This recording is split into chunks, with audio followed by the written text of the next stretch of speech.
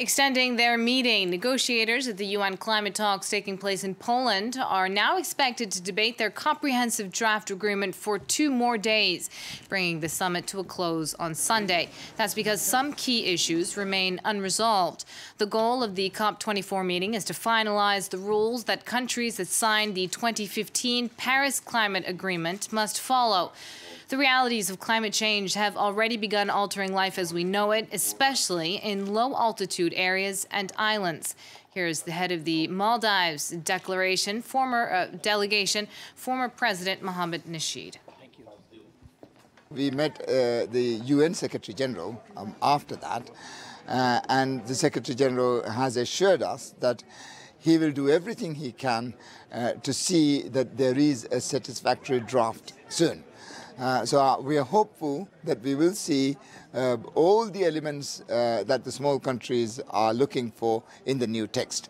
Mainly, we want countries to believe in the science, countries to say that global temperatures rising above 1.5 degrees would be wrong.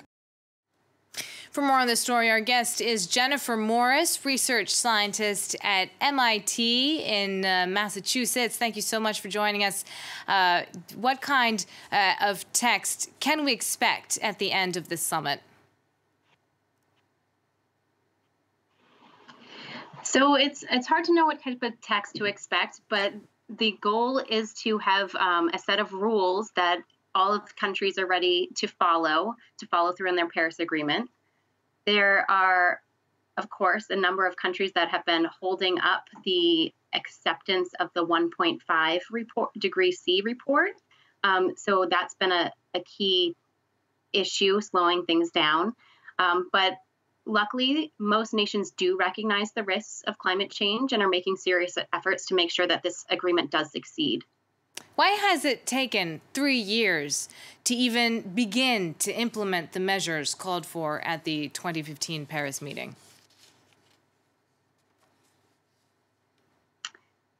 So it's a hard process. All these global level negotiations take time, but I wouldn't say that there hasn't been anything happening in the last 3 years. I think there has been some key progress made in some countries. While we've seen in the U.S., of course, the president announcing that he'd like to withdraw from the agreement. At the same time, we've seen local and regional governments and cities and businesses really stepping up their commitment to climate action to try to fill that void. And so there has been action on that front. We've seen a massive expansion in renewables globally, which even without specific policies in place relevant to the Paris Agreement, those are having an impact globally on emissions. And so and also at the same time, countries like China has been exploring their regional emission trading schemes and looking to make that into a national policy. So there has been a number of efforts related to how countries want to meet their Paris pledges that are taking place. The specifics of the international agreement just take longer. And so these are like the very detailed rules about how often countries are going to report their emissions and be reviewed as to how well they're doing in terms of meeting their pledges. So that's taking longer to get in place. Hopefully we will, by the end of this weekend, have a rule book to follow. But in the meantime, there continues to be some progress made globally. Yeah, but even you talk about progress, but at the same time, we saw that last year carbon emissions rose by 2.7%, that the use of coal is on the rise around the world. If progress is being made, it's not enough to offset an increase in the use of fossil fuels, it seems. Yeah. Trends are worrisome.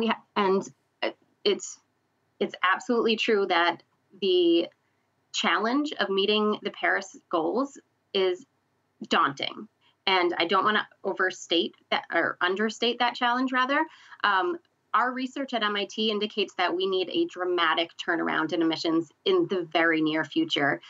Talking between now and 2020, we really need to get countries agreeing for very strict reductions.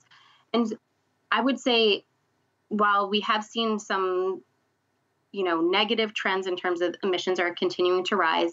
If we can get countries to at least meet their Paris pledges, our research shows that would actually halt emissions up to 2030. And so we do still have, time for countries to meet their pledges. But how much can governments really do? I mean, 100 companies in the world are responsible for more than 70% of greenhouse gas emissions. Those are companies, some of those companies are owned by governments, but a lot of them are private. How much can governments really do at this point?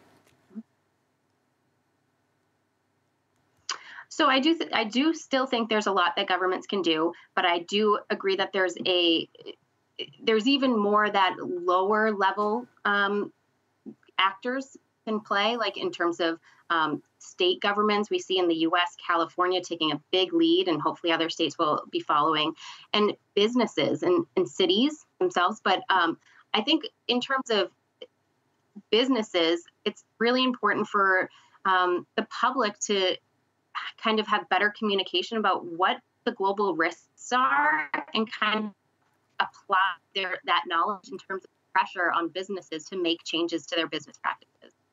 Thank you so much for joining us on France 24 and answering our questions. Jennifer Morris, research scientist at MIT. Thank you so much.